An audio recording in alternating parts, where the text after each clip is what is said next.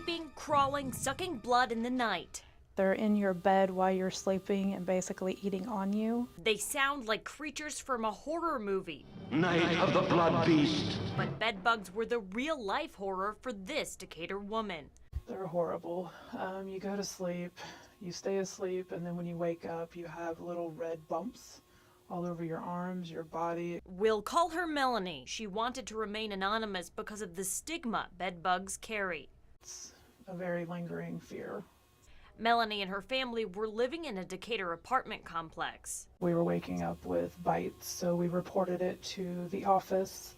They offered to come in and do a extermination, one of the maintenance men. A maintenance man instead of a licensed exterminator. The bedbugs came back and she returned to the office for help.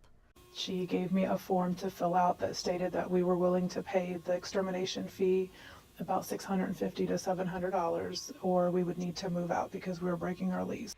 Even though her lease clearly states the landlord will take care of exterminations. Melanie complained to the corporation and eventually they hired an exterminator, but they only sprayed her apartment. You should even treat the whole building.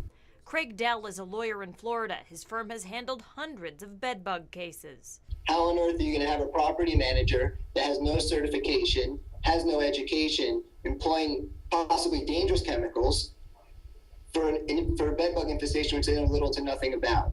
He says having a good exterminator and evidence are key. So make sure everything's in writing. Photos are very important.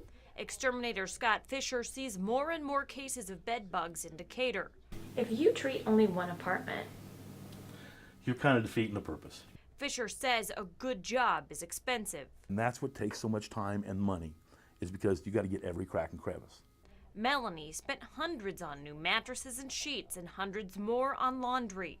And because she feared the return of the bedbugs, she moved her family out of the apartment. Now she's warning renters. You know, I think people need to know that there's bed bugs there, so to be very careful and, you know, have it clarified whether or not that's something that is paid for.